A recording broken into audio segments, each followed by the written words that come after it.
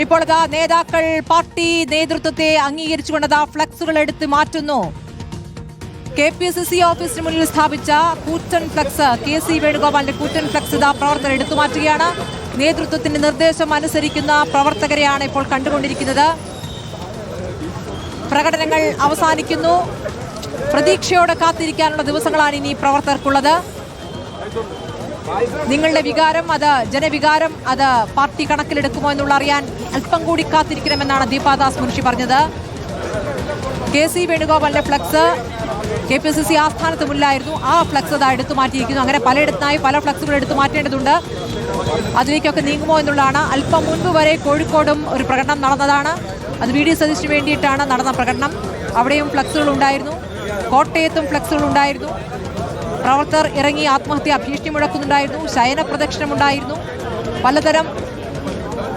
ഇപ്പോൾ തലസ്ഥാനത്തെ കാഴ്ചയ്ക്ക് മുന്നിൽ സുനിഷ അതിലുണ്ട്. സുനിഷ, നേതാക്കളുടെ നിർദ്ദേശത്തിന് തൊട്ടു പിന്നാലെ ഫ്ലക്സുകൾ എടുത്തു മാറ്റുന്നു പ്രവർത്തകർ. പ്രതീക്ഷയോടെ ക്ഷമയോടെ കാത്തിരിക്കാനുള്ള തീരുമാനത്തിലേക്ക് പ്രവർത്തകർ എത്തുന്നു അല്ലേ?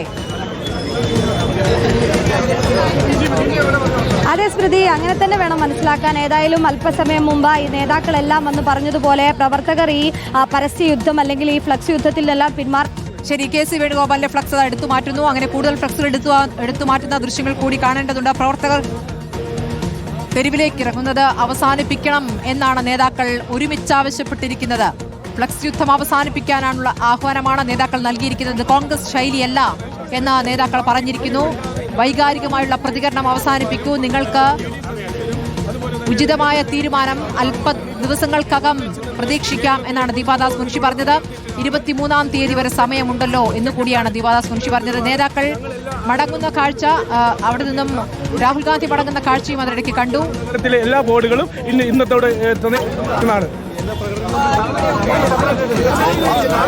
പാർട്ടി കേരളത്തിൽ ഒന്നിച്ചുള്ള ഒരു വിജയമാണ് കേരളത്തിൽ സമ്മാനിച്ചത്. ആ വിജയത്തിന് കേരളത്തിലെ ജനതയ്ക്ക് നൽകുന്ന കോൺഗ്രസിന്റെ സന്ദേശമാണ് ഇന്ന് കേന്ദ്രത്തിലെ മുഴുവൻ നേതാക്കളും കേരളത്തിൽ സന്ദേശം നൽകിയിരിക്കുന്നത്.